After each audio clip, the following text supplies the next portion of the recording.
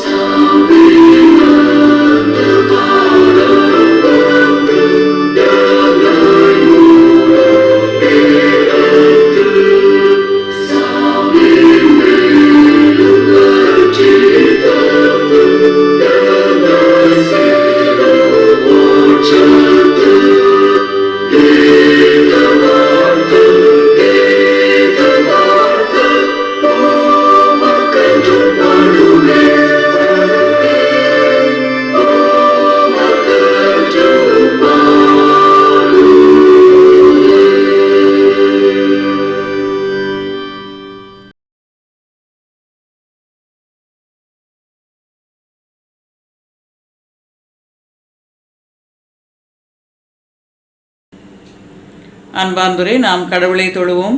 கடவுள் ஆவியாய் இருக்கிறார். அவரை தொழுது கொள்ளுகிறவர்கள் ஆவியோடும் உண்மையோடும் அவரை தொழுது கொள்ள வேண்டும். நம்முடைய பிதாவாகிய கடவுளாலும் கர்த்தராகிய இயேசு கிறிஸ்துவினாலும் உங்களுக்கு கிருபையும் சமாதானமும் உண்டாவதாக. இது கர்த்தர் உண்டு பண்ணின நாள், இதிலே களி கூர்ந்து மகிழ கடவும். ஆண்டவரே, எங்கள் உதடுகளை திறந்தருளும், அப்பொழுது எங்கள் வாய் உடைய புகழை அறிவிக்கும். பிதாவுக்கும் குமாரனுக்கும் பரிசுத்த ஆவிக்கும் மகிமை உண்டாவதாக. ஆதியிலும் இப்பொழுதும் எப்பொழுதுமான சதா காலங்களிலும் மகிமை உண்டாவதாக. ஆமென். திரியேக கடவுளை போற்றுவோம். சேனைகளின் கடவுளாகிய கர்த்தரே, நீர் பரிசுத்தர், பரிசுத்தர், பரிசுத்தர். வானமும் பூமியும் அது மகிமையினால் நிறைந்திருக்கின்றன. உன்னதத்திலே ஓசன்னா. கர்த்தரின் நாமத்தினாலே வந்தவர் மறுகிறவர் மாணவர் தோற்றிக்கப்பட்டவர். உன்னதத்திலே ஓசன்னா. கடவுளே நீர் பரிசுத்தர், கடவுளே நீர் பரிசுத்தர். சர்வ வல்லவரே நீர் பரிசுத்தர், சர்வ வல்லவரே நீர் பரிசுத்தர். சாவாமையுடையவரே நீர் பரிசுத்தர், சாவாமையுடையவரே நீர் பரிசுத்தர். ஆண்டவரே, எங்களுக்காக சிலுவையில் அறையுண்ட எங்கள் மீட்பரே எங்கள் மேல் கிருபையாயிரும். ஆண்டவரே, எங்களுக்காக சிலுவையில் அறையுண்ட எங்கள் மீட்பரே எங்கள் மேல் கிருபையாயிரும். பரிசுத்த ஆவியாகிய ஆண்டவரே எங்கள் மேல் கிருபையாயிரும். பரிசுத்த ஆவியாகிய ஆண்டவரே எங்கள் மேல் கிருபையாயிரும். ஆண்டவரே, எங்கள் ஜெபங்களையும் ஆராதனையும் ஏற்றுக்கொண்டு எங்கள் மேல் கிருபையாயிரும். ஆண்டவரே, எங்கள் மேல் மனதுருகி எங்கள் மேல் கிருபையாயிரும். அன்பார்ந்தோரே, பாவ அறிக்கை. நமக்கு பாவம் இல்லை என்போமேயானால் நம்மை நாமே வஞ்சிக்கிறவர்களாகவும் நமக்குள் உண்மை இல்லை. நமது பாவங்களை அறிக்கையிட்டால் பாவங்களை நமக்கு மன்னித்து எவ்வித அநீதமும் நீங்க நம்மை சுத்திகரிப்பதற்கு அவர் நம்பத்தக்கவரும் நீதியும் உள்ளவர். நான் எழுந்து என் தகப்பனிடத்திற்கு போய், தகப்பனே, பரத்துக்கு விரோதமாகவும் அது பார்வையிலும் பாவம் செய்தேன். இனி உம்முடைய மகன் மகள் என்று சொல்லப்படுவதற்கு நான் பாத்திரன் அல்லன். உம்முடைய கூலிக்காரில் ஒருவராக என்னை வைத்துக் கொள்ளும் என்பேன். கடவுள் ராஜ்யம் சமீபத்திருக்கிறது. மனம் திரும்பி நற்செய்தியில் நம்பிக்கை வையுங்கள். நமது பலவீனங்களுக்காக பரிதபிக்க முடியாத பிரதான ஆசாரியர் நமக்கு இராமல் எல்லா விதத்திலும் நம்மை போல் சோதிக்கப்பட்டும் பாவமில்லாத பிரதான ஆசாரியரே நமக்கு இருக்கிறார். நாம் அமர்ந்தோ முழங்காற்படியிட்டோ மௌனமாக நம்மை நாமே சோதித்தறிவோமாக. சர்வ வல்லமையுள்ள கடவுளிடத்தில் நாம் நமது பாவங்களை தாழ்மையோடு அறிக்கையிடுவோம். அனைவரும் சேர்ந்து ஜெபிப்போம். சர்வ வல்லமையும் மிகுந்த இரக்கமுள்ள பிதாவே, தப்பிப்போன ஆடுகளைப் போல நாங்கள் உடைய வழிகளை விட்டு வழுவி அலைந்து போனோம். எங்கள் இருதயத்தின் யோசனைகளுக்கும் விருப்பங்களுக்கும் மிகவும் இணங்கி நடந்தோம். மது பரிசுத்த கற்பனைகளுக்கு விரோதமாய் குற்றம் செய்தோம். செய்யத்தக்கவைகளை செய்யாமல் செய்யத்தகாதவைகளை செய்து வந்தோம். எங்களுக்கு சுகமே இல்லை. ஆனாலும் ஆண்டவரே, தேவரீர் எங்கள் ஆண்டவராகிய இயேசு கிறிஸ்துவின் மூலமாய் மனிதருக்கு அருளி செய்த வாக்குத்தத்தங்களின்படியே நிர்பாக்கியமுள்ள குற்றவாளிகளாக எங்களுக்கு இறங்கும். தப்பிதங்களை அறிக்கையிடுகிற எங்கள் மேல் பொறுமையாயிரும். பாவத்து நிமித்தம் துக்கப்படுகிற எங்களை சீர்படுத்தும். மிகவும் இரக்கமுள்ள பிதாவே, உம்முடைய பரிசுத்த நாமத்துக்கு மகிமை உண்டாகும்படி நாங்கள் இனி தேவ பக்தியும் நீதியும் தெளிந்த புத்தியும் உள்ளவர்களாய் நடந்து வர இயேசு கிறிஸ்துவின் நிமித்தம் எங்களுக்கு கிருபை செய்தருளும். ஆமென். கடவுள் அருளும் பாவ மன்னிப்பை நாம் பெற்றுக்கொள்வோம். சர்வ வல்லமையும் மிகுந்த இரக்கமுள்ள ஆண்டவர் மன்னிப்பையும் பாவ நிவர்த்தியும் நம்ம கட்டளையிட்டருளி வாழ்க்கை சீர்படுத்துவதற்கான காலத்தையும் தமது பரிசுத்த ஆவியின் கிருபையும் தேற்றுதலையும் தந்தருளுவாராக. ஆமென். ஆண்டவரை துதியுங்கள். ஆண்டவர் நாமம் துதிக்கப்படுவதாக.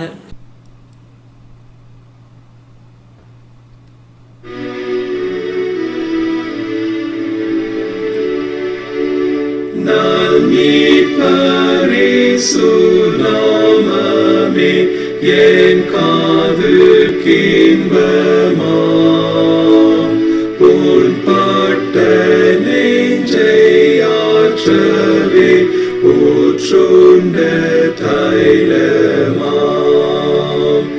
அந்நாமம் நைந்த ஆவியை நன்றாக தேற்றுமே தூக்கத்தால் தொய்ந்த உள்ளத்தை திடப்படுத்துமே.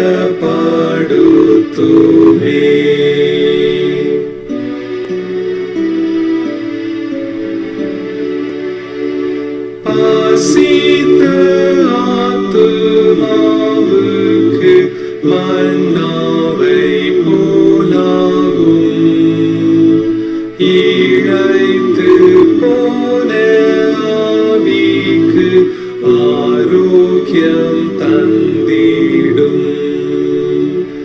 என் ரட்சகன் கேடகம் என் கோட்டையும் நீரே நிறைந்த அருள் பொக்கிஷம் அனைத்தும் நீர்தாமே.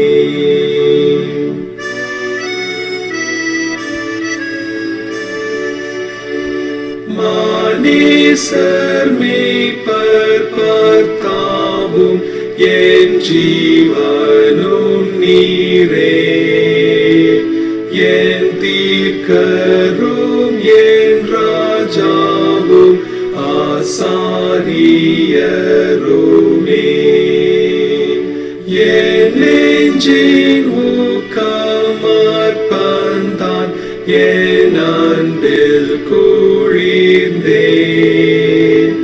உன்முகம் பார்க்கும் போதோ நான் சீராக போற்றுவேன்.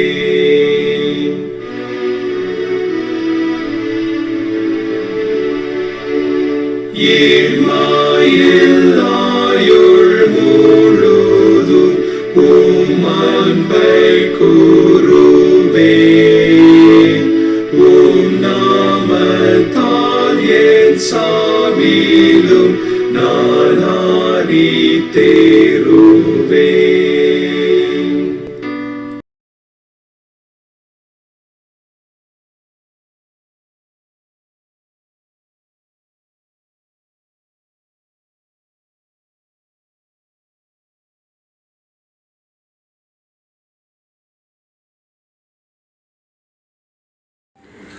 அன்பார்ந்தவரே, நாம் தலைகளை தாழ்த்தி கடவுளை நோக்கி ஜெபிப்போம். அன்பும் இரக்கம் நிறைந்த எங்கள் நல்ல ஆண்டவரே, உடைய வார்த்தைகளை தியானிக்க முற்படுகின்றோம். தேவரீ, நீர் எங்களோடு இடைப்படும்.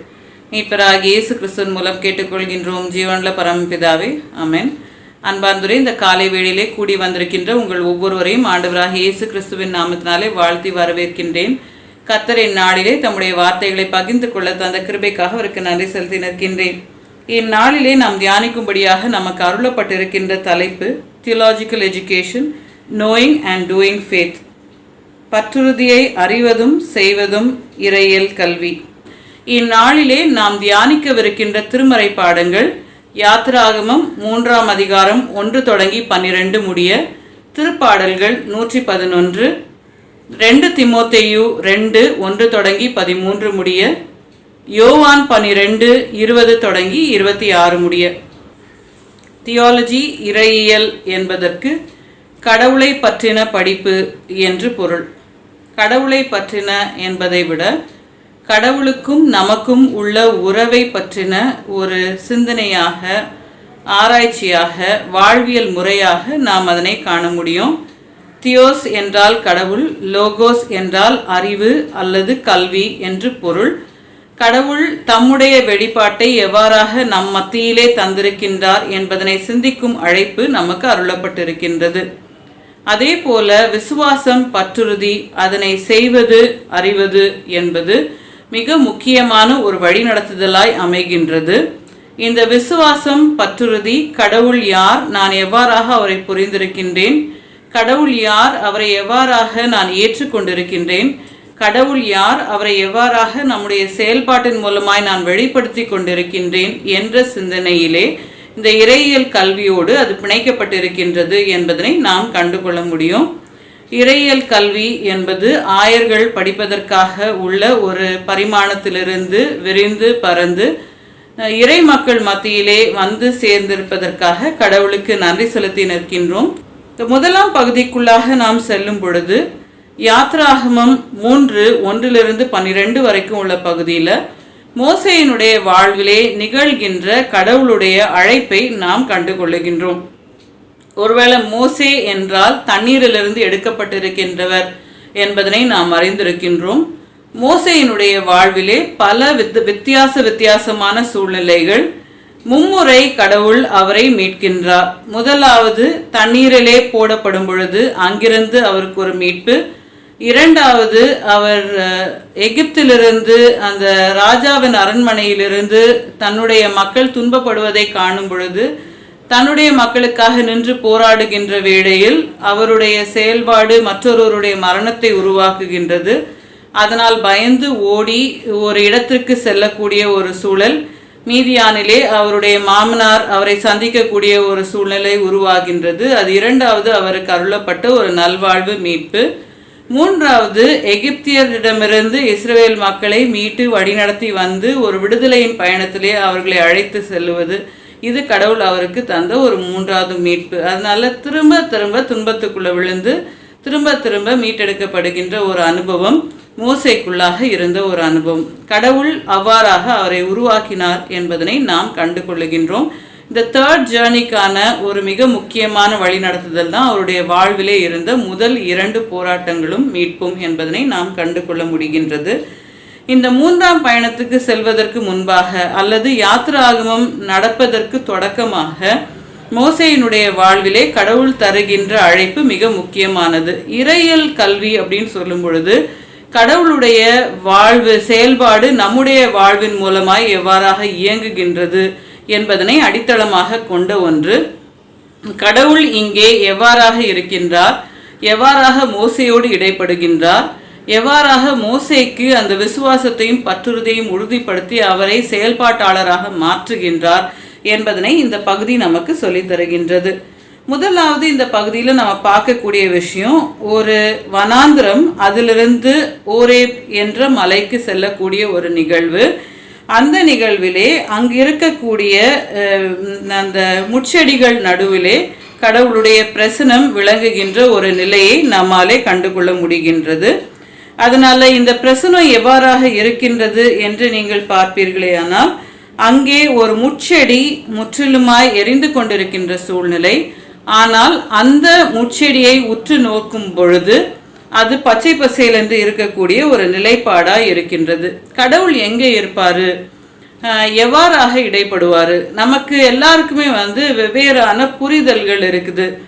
ஆலயத்தில் கடவுள் இருப்பார் வெளிப்படுவார் அப்படின்ற ஒரு விஷயம், ஜெப நேரத்தில் கடவுள் இருப்பார் வெளிப்படுவார் அப்படின்ற ஒரு விஷயம், திருமறை வாசிக்கும் பொழுது கடவுள் இருப்பார் வெளிப்படுவார் அப்படின்ற ஒரு எண்ணம், இதெல்லாமே நமக்குள்ளே இருக்குது.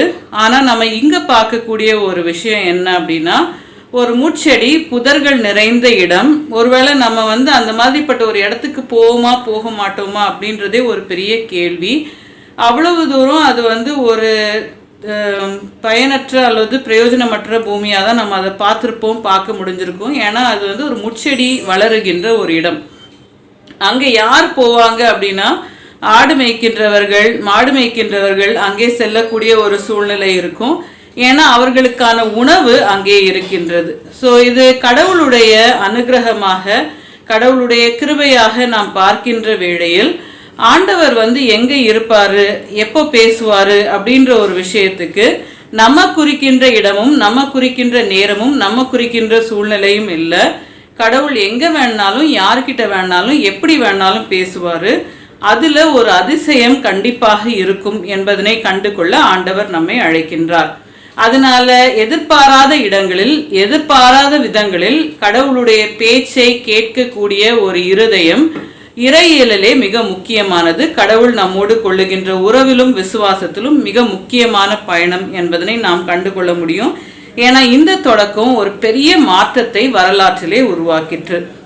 நம்முடைய வாழ்க்கையில கடவுள் தரக்கூடிய இந்த அன்பின் அனுகிரகம் இன்னும் வித்தியாசமா இருக்கு. மோசே அபூர்வமா ஒரு விஷயத்தை பார்க்கும்போது அதுக்கு பக்கத்துல போறாரு. போகும்போது கடவுள் சொல்றாரு, நீ பரிசுத்த பூமியில நின்றுட்டு இருக்கிற, உன்னுடைய காலணிகளை நீர் எடுத்து போட்டு விடும், ஸ்லிப்பர்ஸை எடுத்து போட்டு, செருப்பை எடுத்து போட்டுரு அப்படின்னு சொல்லக்கூடிய ஒரு விஷயத்தை நாம் காண்கின்றோம். முட்செடி முட்புதர் நிறைந்த இடம், தீ பற்றி கொண்டிருக்கிற ஒரு சூழ்நிலை. அந்த இடத்துல காலு கீழே வச்சு நடக்க முடியுமா அப்படின்றது தெரியாது. அவ்வளவு கடினமான ஒரு இடம். கடவுள் சொல்றாரு, இது பரிசுத்த பூமி.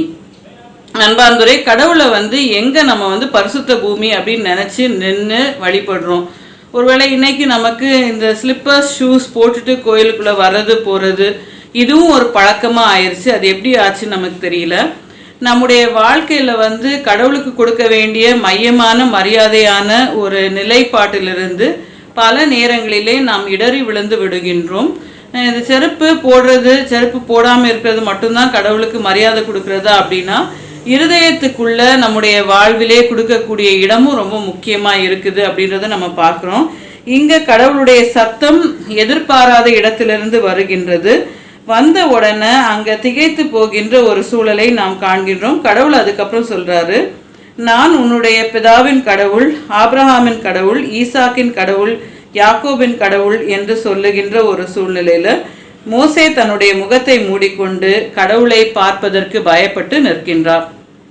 அன்பார்ந்தவரே, மனிதனுக்கு கடவுளை பார்க்க அச்சம், ஆனால் மனிதனை சந்திக்க கடவுள் வரக்கூடிய ஒரு நிலைப்பாட்டை நாம் இங்கே காண்கின்றோம். கடவுளுடைய இடைப்பாடு, ஒருவேளை தான் ஒரு வார்த்தையிலே உலகை படைத்த ஆண்டவர், ஒரு வார்த்தை சொன்னால் பிள்ளை சுகமாவாள் என்ற ஒரு விசுவாசம் இருக்கக்கூடிய சூழல், அந்த மாதிரிப்பட்ட வல்லமையான கடவுள் செயல்படுவதற்கு தேடி வருகின்ற ஒரு மனிதனாக மோசேயை நாம் காண்கின்றோம். மோசே பேசுறதுக்கு பயப்படுறாரு. ஏன்னா கடவுளுடைய முகத்தை பார்ப்பது என்பது பயமும் அச்சமும் நிறைந்த ஒரு விஷயமா இருக்குது. ஆனா கடவுள் மோசையோடு இடைப்படுகின்ற கர்த்தராய் இருக்கின்றார். அது மிகவும் அழகான ஒரு விஷயமா மாறுது அப்படின்றத நம்ம பார்க்குறோம். இது மட்டும் இல்லாம கடவுளுடைய கண்கள் எதை நோக்கி கொண்டிருக்கின்றன? ஒருவேளை நம்ம கடவுளுடைய பிள்ளைகள் என்று சொல்லும் பொழுது நம்முடைய கண்கள் இன்னைக்கு பல விஷயங்களை பார்க்குது.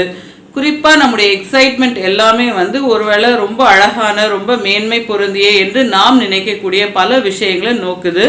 மற்ற இடங்களை பார்க்கறது கூட நம்ம கஷ்டப்படுறோம். துன்பத்தில் இருக்கின்ற, கஷ்டத்தில் இருக்கின்ற மக்கள், சூழல்கள்.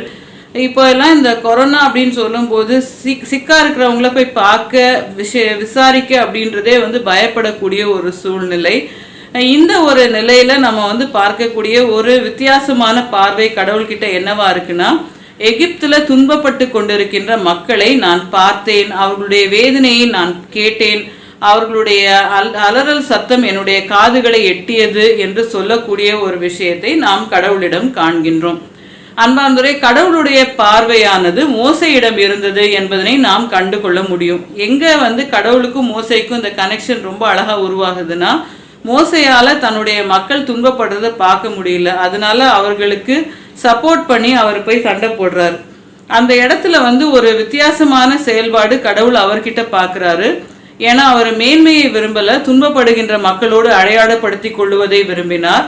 அதே போல கடவுள் அவருடைய இருதயமும் அவ்வாறாக பார்க்கின்ற ஒரு சூழ்நிலை. கடவுளுடைய மனம் மோசைக்குள்ளாக இருக்கக்கூடிய நிலைப்பாட்டிலே ஆண்டவர் அவரை தேர்ந்தெடுக்கக்கூடிய நிலையை நாம் கண்டு கொள்ளுகின்றோம். இதுல தொடர்ந்து நம்ம பார்க்கக்கூடிய ஒரு விஷயம், மோசையால இந்த அழைப்பை முற்றிலுமாய் ஏற்றுக்கொள்ள முடியவில்லை. இதுல நம்ம பார்க்கக்கூடிய விஷயம், நான் வந்திருப்பதற்கான காரணம், நான் மீட்பை கொண்டு வருவதற்கான ஒரு வழி நடத்துதல் என்று சொல்லும் பொழுது, மோசே கடவுளை பார்த்து கேட்குறாரு, பார்வோன் கிட்ட போவதற்கும் இஸ்ரவேலரை எகிப்திலிருந்து வெளியே கொண்டு வருவதற்கும் நான் யார் என்று கேட்கின்றார். ஸோ இந்த கொஸ்டின் வேற ஒரு ஃபார்மேஷன் எடுக்குது. முதல்ல கடவுளை பார்க்கறதுக்கு பயப்பட்ட மோசே இப்போ கடவுள்கிட்ட எதிர்த்து பேசுவதற்கான ஒரு துணிச்சலை பெறாரு. ஏன்னா அவருக்கு பயம் கடவுளிடமிருந்து மாறி மனுஷர்கிட்ட நிற்கிது. ஆனாலும் கடவுள் பிடிச்சபடி தான் அவர் விட மாட்டாரு. ஸோ இங்கே மோசே கிட்ட நம்ம பார்க்கக்கூடிய ஒரு விஷயம், அவர் சொல்கிற காரியம் என்னென்னா, மோசே கேட்குறாரு, நான் எப்படி பார்வோன்கிட்ட போக முடியும்னு. கடவுள் சொல்கிறாரு, நான் உன்னோடு இருக்கின்றேன் என்பதற்கான அடையாளம் நான் இந்த மலையில் நீங்கள் என்னை ஆராதிப்பீங்க அப்படின்னு சொல்லக்கூடிய ஒரு விஷயமா அமையுது. ஸோ வேற ஒரு கொஸ்டின், வேற ஒரு ஆன்சர். ஆனால் கடவுள் தன்னுடைய வழிநடத்துதலுக்குள்ளாக மோசேயையும் விடுதலைக்குள்ளாக இஸ்ரவேல் மக்களையும் கொண்டு வருவதற்கான ஒரு வாய்ப்பாக இந்த ஒரு இடத்தை மாற்றுகின்ற ஒரு சூழலை நாம் கண்டு கொள்ள முடியும். ஸோ கடவுள் அவருடைய செயல்பாடை திருமறையின் வசனங்கள் மூலமாக புரிந்து கொள்ளுவது என்பது மிக மிக முக்கியமான ஒரு செயல்பாடு. என் வாழ்க்கையில் கடவுள் இவ்வாறாக எப்படி இடைப்படுறாரு? மோசே கிட்ட கடவுள் இந்த மாதிரிப்பட்ட ஒரு அடையாளத்திலிருந்து வெளிப்பட்டாரு. எதிர்பாராத ஒரு இடம், எதிர்பாராத ஒரு விஷயம், எதிர்பாராத ஒரு சத்தம், எதிர்பாராத ஒரு நோக்கம், இதுக்குள்ளேருந்து வெளிப்பட்டாரு. என்னுடைய வாழ்க்கையில் கடவுள் எதிர்பாராத ஒரு விஷயமா எதை எனக்கு தந்தாரு? அதில் நான் பச்சை பசையில் இருக்கும்போது பட்சித்த நெருப்பாக என்னை சுற்றி என்ன இருந்தது? அதுக்குள்ளே இருந்து கடவுளுடைய சத்தம் எப்படி எனக்கு அழைப்பாக மாறுச்சு?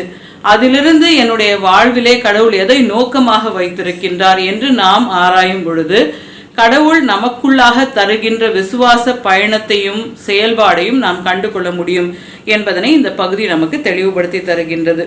ரெண்டாவது நம்ம பார்க்கக்கூடிய சங்கீதம் திருப்பாடல் 111.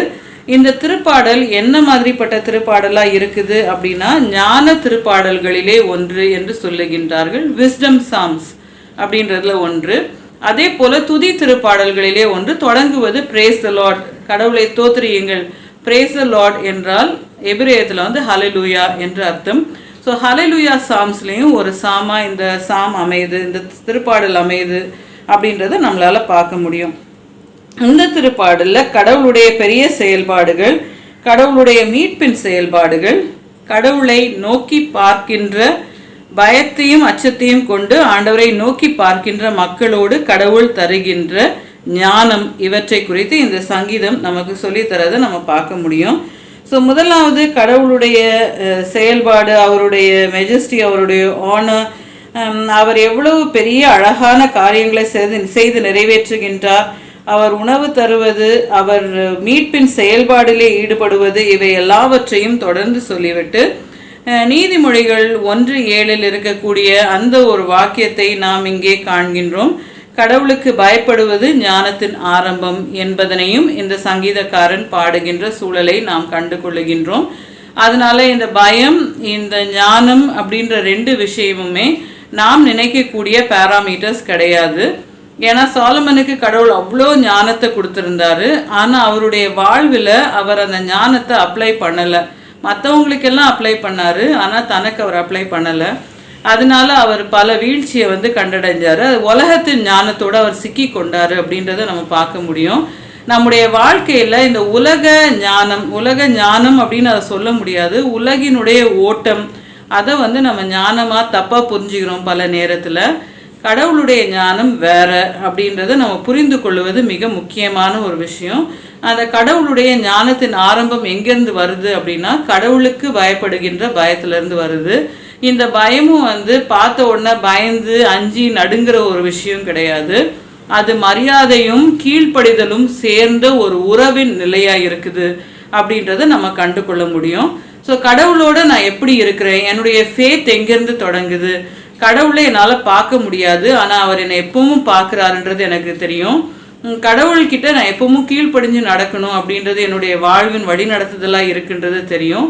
அதுவே ஞானத்தின் ஆரம்பம் என்ற ஒரு விஷயத்தையும் நம்ம இங்கே பார்க்க முடியும். இந்த ஞானத்தை தான் கடவுள் வந்து மோசேக்கு கொடுத்து எப்படி இஸ்ரவேல் மக்களை வழி நடத்தி வரணும் அப்படின்ற ஒரு எண்ண ஓட்டத்தை அருளி தராரு அப்படின்றத நம்ம பார்க்க முடியும்.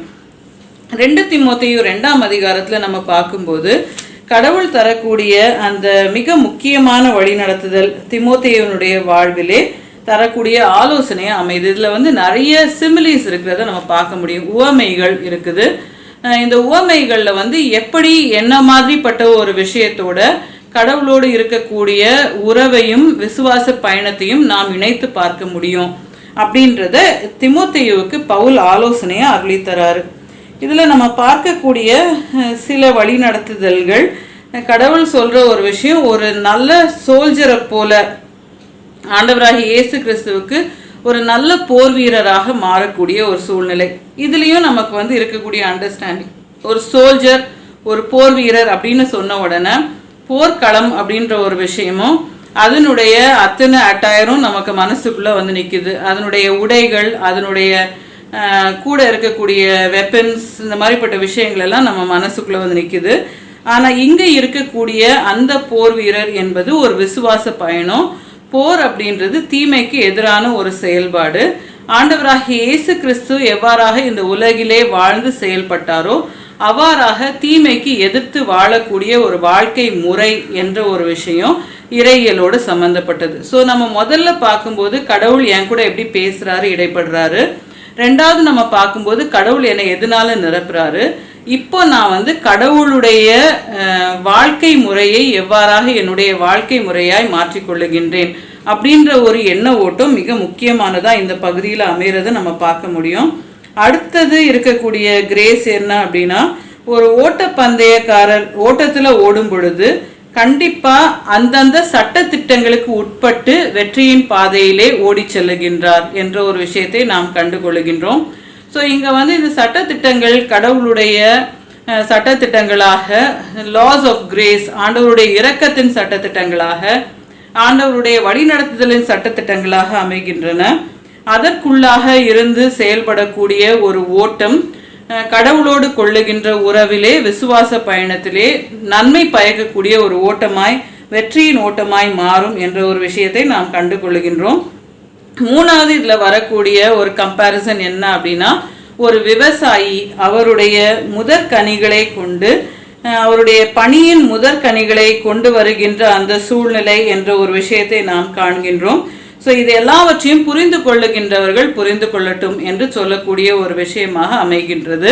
அதனால தீமோத்தேயு கடவுளுடைய பணியை செய்யும் பொழுது அவருக்கு இருக்க வேண்டிய குணநலன்கள் என்னென்னவா இருக்கும், கடவுளுடைய செயல்பாடாக உலகத்தில் மாறும் பொழுது நமக்கு இருக்க வேண்டிய குணநலன்கள் என்னென்ன அப்படின்ற ஒரு விஷயத்தை தெளிவுபடுத்தி தரக்கூடிய பகுதி இந்த பகுதி. இதில் தொடர்ந்து ஆண்டவருடைய தன்மைகள் என்னென்ன அப்படின்றத நம்ம பார்க்க முடியும். இதுக்கு நடுவில் இருக்கக்கூடிய ஒரு பகுதி என்ன அப்படின்னா, பவுல் தன்னுடைய வாழ்விலே கடவுளுக்காக செயல்படுகின்ற விதம். அவர் சொல்றது, கடவுளுக்காக நான் சிறைப்பட்டிருக்கின்றேன், ஆனால் கடவுளுடைய சட்டமோ செயல்பாடோ சிறைப்படவில்லை. ஸோ தோ ஐ எம் செயின்ட், என்னால் வந்து இயங்க முடியல, எனக்கு கை கால் கட்டி போட்ட மாதிரி இருக்குது அப்படின்ற ஒரு விஷயம் இருந்தாலும் கடவுளுடைய செயல்பாடு அப்படி இல்லை, அதோட ஸ்டாப் ஆகிறது இல்லை, பாலோட ஸ்டாப் ஆகிறது இல்லை, அதை தாண்டி இருக்கக்கூடிய ஒரு விஷயம், இதன் மூலமாகவும் இயங்கக்கூடிய ஒரு விஷயம் அப்படின்றத சொல்லித்தராரு. ஸோ கடவுள் வந்து எப்படி என்னை இயக்குவார், நான் என்னென்ன விஷயங்களை செய்யணும், இந்த மாதிரிப்பட்ட பல பேராமீட்டர்ஸ் நம்ம மனசுக்குள்ளே இருக்கும்போது இயக்கம் அற்ற பவுலின் மூலமாகவும் கடவுள் இயங்குகின்றார், அதை தாண்டியும் ஆண்டவருடைய இயக்கம் இருக்கின்றது என்ற விஷயத்தை கடவுள் சொல்லி தருகின்றார். அதனால நம்ம வாழ்க்கையில சிறைப்பட்டு நிற்கின்ற வேளைகளில் கடவுள் அதை தாண்டி இயங்குகின்றார் என்ற ஒரு சிந்தனையோட்டம் மிக முக்கியமானதா இருக்குது. கடவுளுடைய தன்மை என்னவா இந்த பகுதியில் அமைது அப்படின்னா, நமக்காக அவர் உயிரை கொடுத்தார், நாம் அவரோடு உயிர் வாழும்படியாக என்ற ஒரு விஷயம் 11வது வசனம். 12வது வசனம், நம்ம கடைசி வரைக்கும் நிலைத்திருந்தா அவரோடு ஆளுகை செய்யும்படியாக என்ற ஒரு விஷயம். அந்த 12ஆம் வசனத்துல உள்ள 2வது பகுதி, நாம் அவரை மறுதலித்தார் அவரும் நம்மை மறுதலிப்பார் என்ற ஒரு வார்னிங். அதுக்கப்புறம் அடுத்தது என்னன்னா, நம்ம உண்மையா இல்லைனாலும் அவர் உண்மையா இருப்பாரு, ஏன்னா அவர் தன்னைத்தானே மறுதலிக்க முடியாது அப்படின்ற ஒரு விஷயம். ஸோ கடவுள் நம்ம கிட்ட எதிர்பார்க்கக்கூடிய ஒரு வாழ்க்கை முறை இருக்கு, ஆனா அதை தாண்டி கடவுளுடைய வாழ்க்கை முறை விரிந்து பறந்திருக்கு. அதனால மனுஷ செயல்பாடுக்குள்ள கடவுளுடைய செயல்பாடுகளை லாக் பண்ணியோ மனுஷ செயல்பாடுகளை வச்சு கடவுளுடைய செயல்பாடுகளை மெஷர் பண்ணுவதற்கான ஒரு வாய்ப்போ இல்லை என்பதனை தெளிவுபடுத்துகின்ற பகுதி இந்த பகுதி. அன்பார்ந்தவர்களே, பல நேரங்கள்ல கடவுளை மனுஷனை மாதிரியே நம்ம அளவிட தொடங்குறோம். அதை தாண்டி கடவுளுடைய செயல்பாடு அமையுது அப்படின்றத தெளிவுபடுத்தி தரக்கூடிய பகுதியாக இந்த பகுதி அமைகின்றது. இறுதியாக நம்ம காணக்கூடிய கடவுளுடைய வழிநடத்துதல் யோவான் 12ஆம் அதிகாரத்துல 20லிருந்து 26 வரைக்கும் உள்ள பகுதி. இந்த பகுதியில கடவுள் சொல்லி தரக்கூடிய மிக வித்தியாசமான சில நல்ல ஆலோசனைகளை நாம் கண்டு கொள்ளுகின்றோம். ஒன்று, பிலிப்புவிடம் சில கிரேக்கர்கள் ஆண்டவரை சந்திக்க வேண்டும் என்று கேட்கக்கூடிய ஒரு பகுதியாக இந்த பகுதி அமைகின்றது. கிரேக்கர்கள் ஜென்டைல்ஸ் புற இனத்தாராக இருந்தார்கள். யூதர்கள் எல்லாம் அதுக்கு முன்பாக இருக்கக்கூடிய பகுதி நீங்க பாத்தீங்கன்னா ட்ரையம்ஃபல் என்ட்ரி இன்டு ஜெருசலம், ஆலய சுத்திகரிப்பும் அதன் பின்பாக வந்த விளைவுகளும், ஆண்டவரை கொல்லுவதற்காக யூதர்களும் அவரை சுற்றி இருக்கின்ற மக்களும் தேடக்கூடிய சூழ்நிலையில் ஆண்டவரிடம் பேசும்படியாக அவரிடம் இடைப்படும்படியாக வருகின்ற கிரேக்கரை நாம் காண்கின்றோம். இங்க ஆண்டவர் இவங்க கிட்ட பேசினாரா இல்லையா அப்படின்றத பத்தி நமக்கு தெரியல. ஆனா இங்க அவர் சொல்லுகின்ற பல விஷயங்கள் வித்தியாசமானவை. கடவுளுடைய செயல்பாடை எங்க நிறுத்த முடியாது. கோதுமை மணி நிலத்தில் விழுந்து செத்தால் ஒழிய அது பலன் தராது என்ற ஒரு விஷயத்தை சொல்லுகின்றார். ஃபர்ஸ்ட் இதுல நம்ம பார்க்கக்கூடிய விஷயம், கடவுளை அறியாத புற இனத்தாரை ஆண்டவர் சந்திக்க வரும் பொழுது அங்கே அவரிடம் அழைத்து செல்லுகின்ற சீடர்களை நாம் கண்டுகொள்ளுகின்றோம். இல்லைன்னா அவர்கிட்ட இடைப்படுகின்ற சீடர்களை நம்ம பார்க்குறோம். பட் கடவுளுடைய ரிஃப்ளெக்ஷன் என்னவா இருக்கு அப்படின்னா, நம்முடைய கடவுளுடைய செயல்பாடு தொடர்ந்து உலகத்துல இருக்கும் அப்படின்றத சொல்லக்கூடிய அழகான பகுதி இந்த பகுதி. அதனை தொடர்ந்து நம்ம பார்க்கக்கூடிய ஒரு விஷயம், வாழ்வை காத்து கொள்ளுகின்றவர்கள் அதை இழந்து போவார்கள், வாழ்வை இழந்து விடுகின்றவர்கள் கிறிஸ்துவுக்காக அவர்கள் அதனை காத்து கொள்ளுவார்கள் என்ற ஒரு விஷயத்தை சொல்லுகின்ற பகுதியா இருக்குது. ஸோ நம்முடைய வாழ்க்கையின் ஓட்டத்திலையும் கடவுளுடைய செயல்பாடு அறிவுரை வித்தியாசமாக தான் அமையுது. நிறைய நேரத்தில் நம்ம லைஃப், நம்ம ப்ரொடெக்ஷன், நம்ம சுற்றி ஒரு வால், நம்ம சுற்றி ஒரு மக்கள், நம்மை சுற்றி ஒரு குடும்பம், சூழல், இது எல்லாவற்றையும் நம்முடைய வாழ்வாக நம்ம வைத்திருக்கிறோம். பட் கடவுள் நமக்கு தருகின்ற ஒரு அழைப்பு, செயல்பாடு, அதை தாண்டின ஒரு இயக்கம் என்பதனை நாம் கண்டு கொள்ள முடியும்.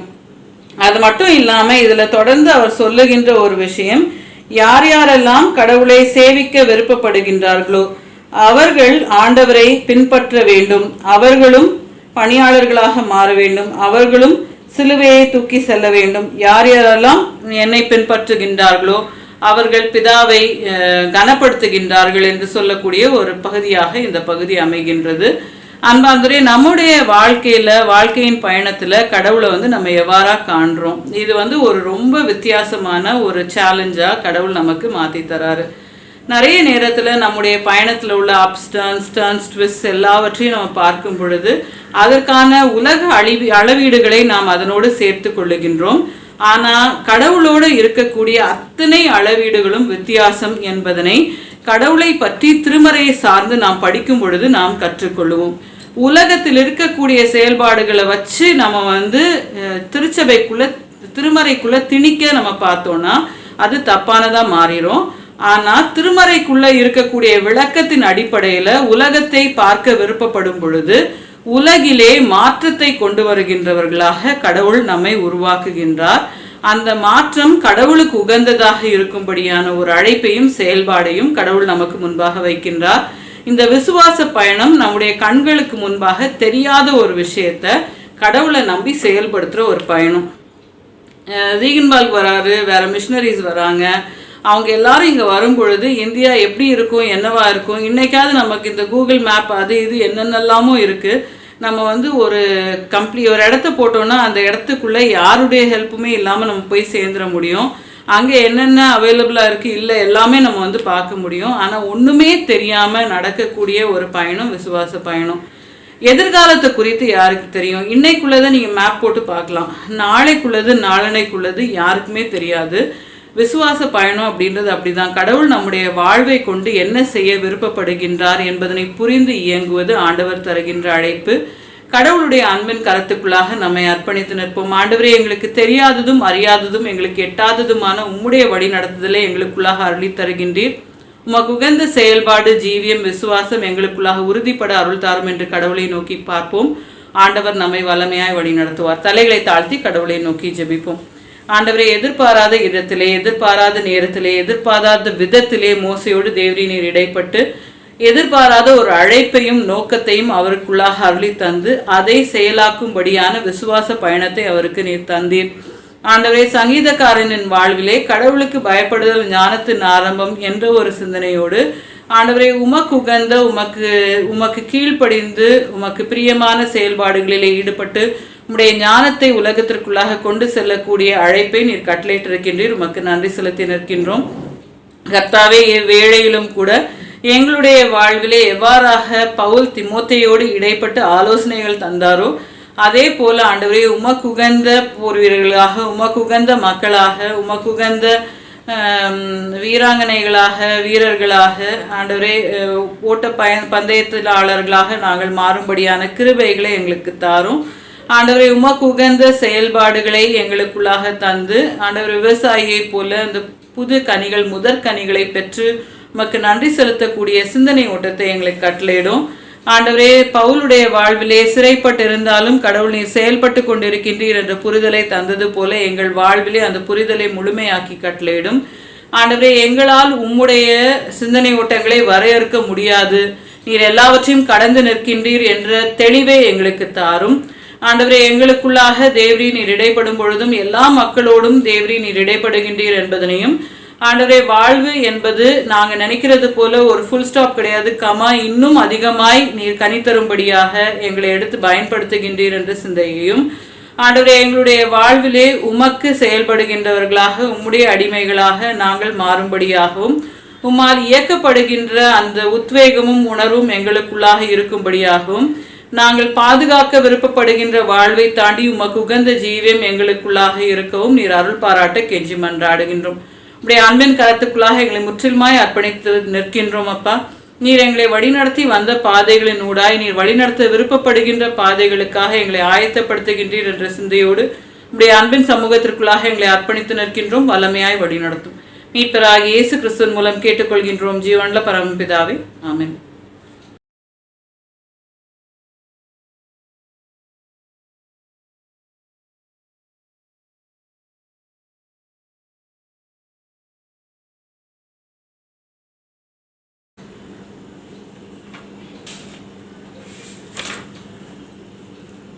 அன்பார்ந்தோரே, ஆண்டவருடைய வார்த்தையை பெற்றுக்கொண்டவர்களாகிய நாம் அனைவரும் இணைந்து நம்முடைய விசுவாசத்தை அப்போஸ்தல விசுவாச பிரமாணத்தின் வாயிலாக அறிக்கை செய்வோம். வானத்தையும் பூமியையும் படைத்து சர்வ வல்லமையுள்ள பிதாவாகிய கடவுளை விசுவாசிக்கிறேன். அவருடைய ஒரே குமாரனாகிய நம்முடைய நாதர் இயேசு கிறிஸ்துவை விசுவாசிக்கிறேன். அவர் பரிசுத்த ஆவியினாலே கன்னிமரியாள் உற்பத்தி பிறந்தார். பொந்தி பிலாத்துவின் காலத்தில் பாடுபட்டு சிலுவையில் அறையுண்டு மரித்து அடக்கம் பண்ணப்பட்டு பாதாளத்தில் இறங்கினார். 3ஆம் நாள் மரித்தோரிடத்திலிருந்து எழுந்தருளினார். பரமண்டலத்துக்கேறி சர்வ வல்லமையுள்ள பிதாவாகிய கடவுளுடைய வலது பாசில் வீற்றிருக்கிறார். அவ்விடத்திலிருந்து உயிருள்ளோரையும் மருத்துவரையும் நியாயத்திற்கு வருவார்.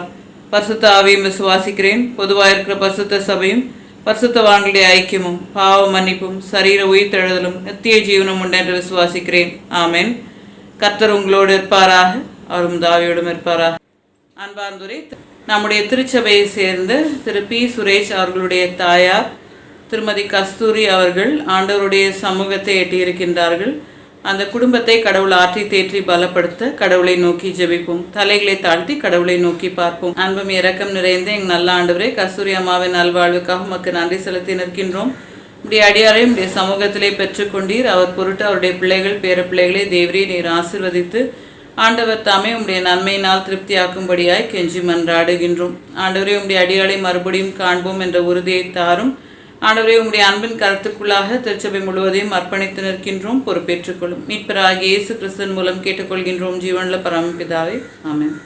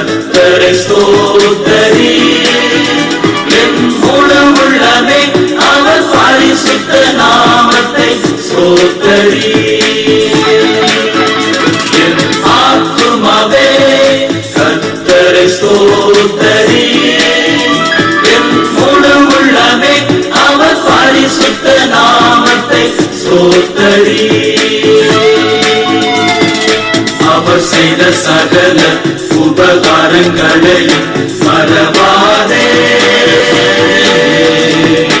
அவர் செய்த சகல உபகாரங்களையும் மறவாதே. அவர் செய்த சகல உபகாரங்களையும் மறவாதே.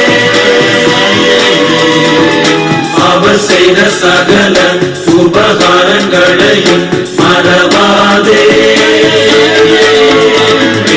ஆத்துமாவே கர்த்தரை ஸ்தோத்தரி.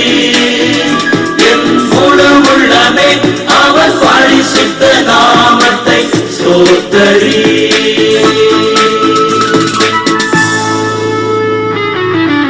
தலைகளை தாழ்த்தி கடவுளை நோக்கி ஜெபிப்போம். அன்பும் இரக்கம் நிறைந்த எங்கள் நல்ல ஆண்டவரே, பிறந்த நாளை திருமண நாளை காண்கின்ற ஒவ்வொருவரையும் தேவரே நீர் ஆசீர்வதித்து உம்முடைய பிள்ளைகளை மட்டும் கண்ணன் கண்மணியை போல பாதுகாத்து வழிநடத்தி வந்த கர்த்தர் புதிய ஆண்டுக்குள்ளாக பிரவேசிக்கும் பொழுதும் நீடித்த ஆயுசும் நிறைவான மகிழ்ச்சியும் அருளித்தர எந்த தீங்கும் உடைய பிள்ளைகளை அணுகாதபடி பாதுகாத்துக் கொள்ளவும் ஆண்டவரே உடைய அடியவர்களின் பொருட்டு குடும்பம் முழுவதையும் ஆசீர்வதிக்கவும் செழிக்க பண்ணவும் கெஞ்சி மன்றாடுகின்றோம். ஆண்டவர் நீர் வைத்திருக்கின்ற திட்டங்களை வெளிப்படுத்தி உடைய பிள்ளைகளின் வாழ்வை கரம் பிடித்து வழிநடத்தி ஆசீர்வதித்தரும். பொறுப்பேற்றுக்கொள்ளும் வல்லமையாய் வழிநடத்தும். மீட்பராகிய இயேசு கிறிஸ்துவின் மூலம் கேட்டுக்கொள்கின்றோம் ஜீவனுள்ள பரமபிதாவே, ஆமென்.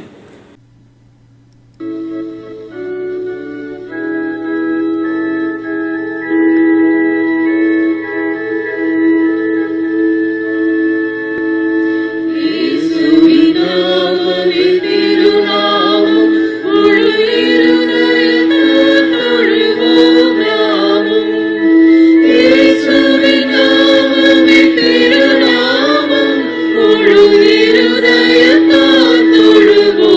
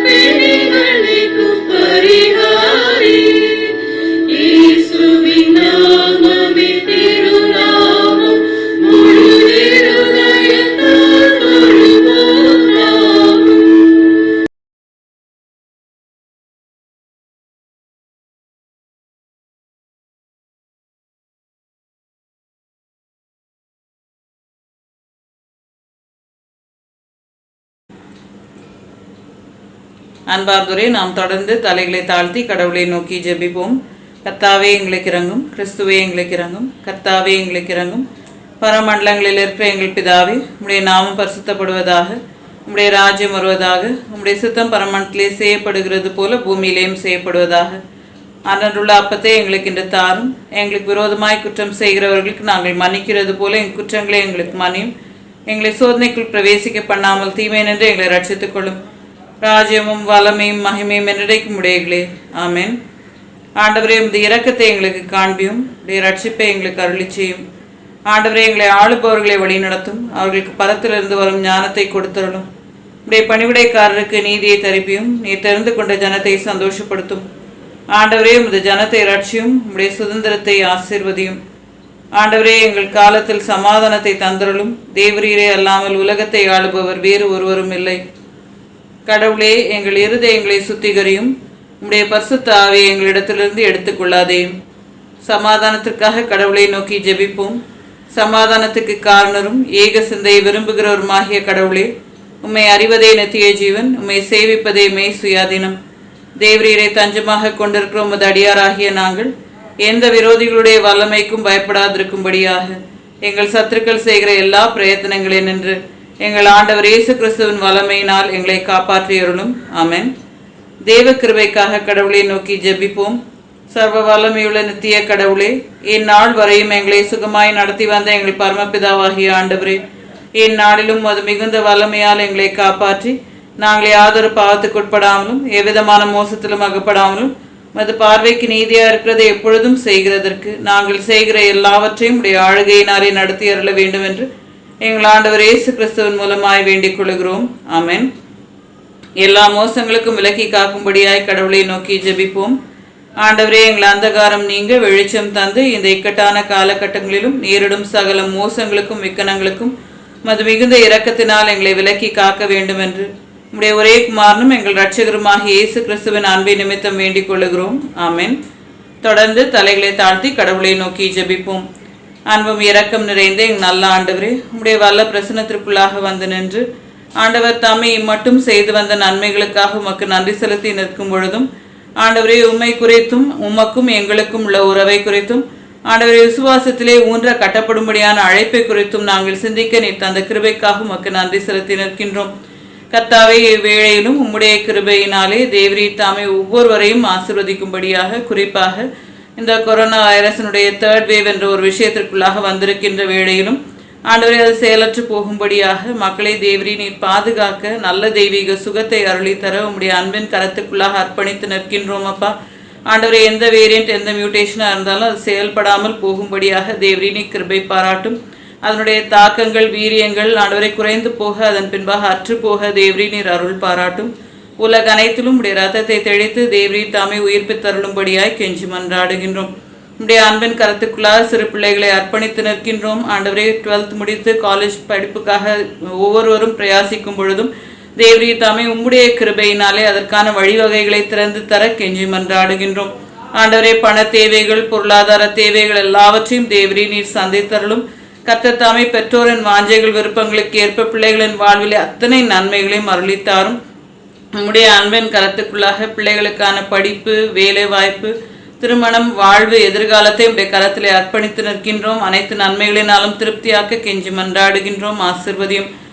ஆண்டவரே, உம்முடைய அன்பின் கரத்துக்குள்ளாக முதிய பெற்றோரை அர்ப்பணித்து ஜெபிக்கின்றோம். நீடித்த ஆயுசு நிறைவான மகிழ்ச்சியை உடைய அடியவர்களுக்கும் குடும்பம் முழுவதுக்கும் அருளி தந்து ஆண்டவரே, உம்முடைய கிருபையினாலே அவர்கள் வாழ்விலே நன்மை அருளித்தாரும். ஆண்டவரே, பணி நிமித்தம் துன்பப்படுகின்றவர்கள், வாழ்வின் சூழலை நிமித்தம் துன்பப்படுகின்றவர்கள், பொருளாதார தேவைகளிலே துன்பப்படுகின்றவர்கள் ஒவ்வொருவரையும் தேவரீ நீர் மீட்டு அனைத்து நன்மைகளினாலும் திருப்தியாக்கி ஆசீர்வதித்தருளும். கர்த்தாவே, உம்முடைய அன்பின் கரத்துக்குள்ளாக திருச்சபை அர்ப்பணித்து நிற்கின்றோம். ஆண்டவர் தாமே குருசேகரம் முழுவதையும் ஆசீர்வதித்து உம்முடைய கிருபையினாலே உம்முடைய ஆலய பிரகாரங்களை சுற்றி உம்முடைய தேவதூதரன் பாதுகாவலை அமைத்து ஆண்டவரை உம்முடைய கிருபையினாலே பாலவாக்கம் திருச்சபையில இழந்த இடங்களுக்கு தேவரீர் எல்லைகளை விரிவாக்கி தரும்படியாகவும் ஆலயத்தை தேவரீ நீர் அஸ்திபாரப்படுத்தி புதிதாய் கட்டி எழுப்பி முழுமையாக்கி தரவும் கெஞ்சி மன்றாடுகின்றோம். கர்த்தாவே, உம்முடைய அன்பின் கரத்துக்குள்ளாக பெருங்குடி ஆலயத்தை அர்ப்பணித்து நிற்கின்றோம். தேவரீ தாமே அதனுடைய பிரதிஷ்டை நாளை முன்குறித்து வைத்திருக்கின்ற கர்த்தர் ஆலய பணிகளை எடுத்து முன்னேறி செல்லவும் கர்த்தர் தாமே முழுமையாக்கி தந்திருக்கின்றீர் என்ற மகிழ்ச்சியோடு உம்மை ஆராதிக்கவும் கிருபை பாராட்டும். ஆண்டவரே, உம்முடைய கிருபையினாலே கணேஷ் நகர் திருச்சபையின் எல்லைகளை தேவரீ நீர் ஆசீர்வதித்து ஆண்டவர் தாமே அந்த இடத்தின் தேவைகள் அனைத்தையும் சந்திக்க கெஞ்சி மன்றாடுகின்றோம். எக்கியார் குப்பம் ஆலயத்தை கட்டியெழுப்ப முற்படும் பொழுதும் தேவரீர் அதனை வாய்க்கச் செய்கின்ற ஆண்டவராய் இருப்பதற்காக உமக்கு நன்றி செலுத்தி நிற்கின்றோம். கர்த்தாவே, உம்முடைய அன்பின் கரத்துக்குள்ளாக திருச்சபை மக்கள் ஒவ்வொருவரையும், ஆயர்களையும் பேராயரையும் பேராயத்தையும் அர்ப்பணித்து ஜெபிக்கின்றோம். அப்பா தேவரீர் தாமே உம்முடைய கிருபையினாலே பேராயரையும் அவருடைய குடும்பத்தையும் ஆசீர்வதித்து ஆயர்களையும் அவருடைய குடும்பங்களையும் தேவரீ நீர் பொறுப்பேற்று திருச்சபை மக்களையும் சூழ்ந்திருக்கின்ற ஒவ்வொருவரையும் அவருடைய குடும்பத்தையும் தேவரீ நீர் ஆசீர்வதித்து செழிக்க பண்ண பேராயத்தை சுற்றி உம்முடைய இரத்த கோட்டையை உம்முடைய வேலையை தேவரீ நீர் அமைத்து பாதுகாக்க கெஞ்சி மன்றாடுகின்றோம். கர்த்தாவே, உம்முடைய அன்பின் கருத்துக்குள்ளாக பிறக்கவிருக்கின்ற ஒவ்வொரு ஊழியங்கள் செய்து கொண்டிருக்கின்ற ஒவ்வொரு நன்மைகளையும் தேவரீ நீர் நூறத்தனையாய் பெருகச் செய்கின்ற கர்த்தராய் இருப்பதற்காகவும் திருச்சபையிலிருந்து அநேகருடைய வாழ்வு தொடப்பட்டு ஆசீர்வாதம் பகிரப்பட தேவரீர் நீர் பொறுப்பேற்று கொண்டு வழிநடத்தும்படியாய் கெஞ்சி மன்றாடுகின்றோம். எங்களை ஆளுகின்றவர்கள், உலகை ஆளுகின்றவர்கள், நாட்டை ஆளுகின்றவர்களையும் கரத்திலே அர்ப்பணித்து நிற்கின்றோம். அவர்கள் மூலமாய் மக்கள் வாழ்விலே நன்மை மட்டும் வந்து சேர அருள் பாராட்டும். கர்த்தாவே, உம்முடைய கிருபையினாலே உலக அனைத்திலும் இருக்கக்கூடிய இயற்கை சீற்றங்கள், வாழ்வின் சூழ்நிலைகள், போர் சூழல்கள், சுகவீன சூழல்கள் எல்லாவற்றையும் அர்ப்பணித்து நிற்கின்றோம். தேவரீர் ஒவ்வொருவரையும் தொட்டு உயிர்ப்பித்தருளும். இப்பொழுதும் நாங்கள் உலகத்திற்குள்ளாக கடந்து செல்லவிருக்கின்றோம். கடவாத உம்முடைய திவ்ய பிரசனம் நீங்காத கிருபை அருள் சூழ்ந்து கொள்ளட்டும். ஆண்டவரே, உம்முடைய கிருபையினாலே உம்முடைய சிந்தனை, சொல், செயல்பாடு எங்களுடைய வாழ்வுக்குள்ளாக பூர்ணப்படவும் தொடர்ந்து ஆண்டவரே ஆலயங்களிலே உம்மை ஆராதித்து உம்மை நோக்கி பார்க்கவும் உடைய ஊழியங்கள் பெருகவும் கிருபை செய்யவும் கெஞ்சி மன்றாடுகின்றோம். ஆண்டவரே, இந்த நாட்டின் இயக்கம், தமிழ்நாட்டின் இயக்கம், உலகத்தின் இயக்கம் பலவிதமான சூழ்நிலைகளிலே சிக்கி நிற்கும் பொழுதும் கர்த்தர் தாமே உம்முடைய கிருபையினாலே தடைகள் எல்லாவற்றையும், கட்டுகள் எல்லாவற்றையும் உடைத்து போட்டு வாழ்வை பூர்ணமாக்கி தர கெஞ்சி மன்றாடுகின்றோம். இந்த புதிய மாதம் நன்மையினாலும் கிருபையினாலும் நிரப்பும். கர்த்தாவே, உமக்கென்று எழுந்து பெரிய காரியங்களை செய்ய அருள் பாராட்டும். நீடித்த ஆயுசனாலும் நிறைவான மகிழ்ச்சினாலும் ஒவ்வொருவரையும் திருப்தியாக்கும். எந்த தீங்கும் யாரையும் அணுகாதபடி பாதுகாத்துக் கொள்ளும். எப்பொழுதும் உடைய மகிழ்ச்சியும் ஆசீர்வாதம் உடைய பிள்ளைகளின் இருதயத்தையும் வாழ்வையும் முற்றிலுமாய் ஆட்கொண்டு அநேகர் வாழ்விலே பிரயோஜனமாய் எங்களை எடுத்து பயன்படுத்தும். மீட்பராகிய இயேசு கிறிஸ்துவின் மூலம் கேட்டுக்கொள்கின்றோம் ஜீவனுள்ள பரமபிதாவே, ஆமென். என் ஆத்மாவே கர்த்தரை ஸ்தோத்ரி, என் முழுமைய பரிசுத்த நாமத்தை ஸ்தோத்ரி. என் ஆத்மாவே கர்த்தரை ஸ்தோத்ரி, கர்த்தர் செய்த சகல பாரங்களை மறவாதே, ஆமென். கடவுள் அருளும் ஆசீர்வாதத்தை நாம் பெற்றுக்கொள்வோம். நமது ஆண்டவராகிய இயேசு கிறிஸ்துவின் கிருபையும் பிதாவாகிய கடவுளுடைய அன்பும் பரிசுத்தாவின் அனுகிரகம் நம் ஒவ்வொருவரோடும் திருச்சபை அனைத்தோடும் உலக அனைத்தையும் கடவுள் தொட்டு குணப்படுத்தி வாழ்விக்கின்ற கிருபைகளோடும் இன்றும் என்றும் சதா காலங்களும் தங்கியிருப்பதாக.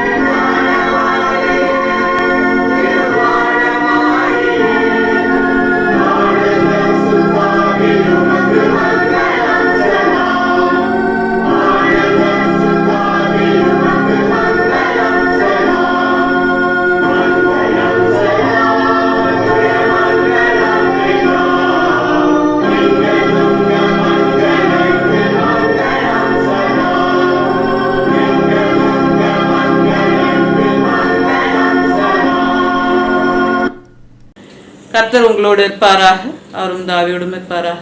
சந்தோஷத்தோட சமாதானத்தோட சகல ஆசீர்வாதங்களோட சென்று வாருங்கள். கர்த்தருடைய நாமத்தினாலே ஆமென். May God bless you. Have a blessed and wonderful week and month ahead.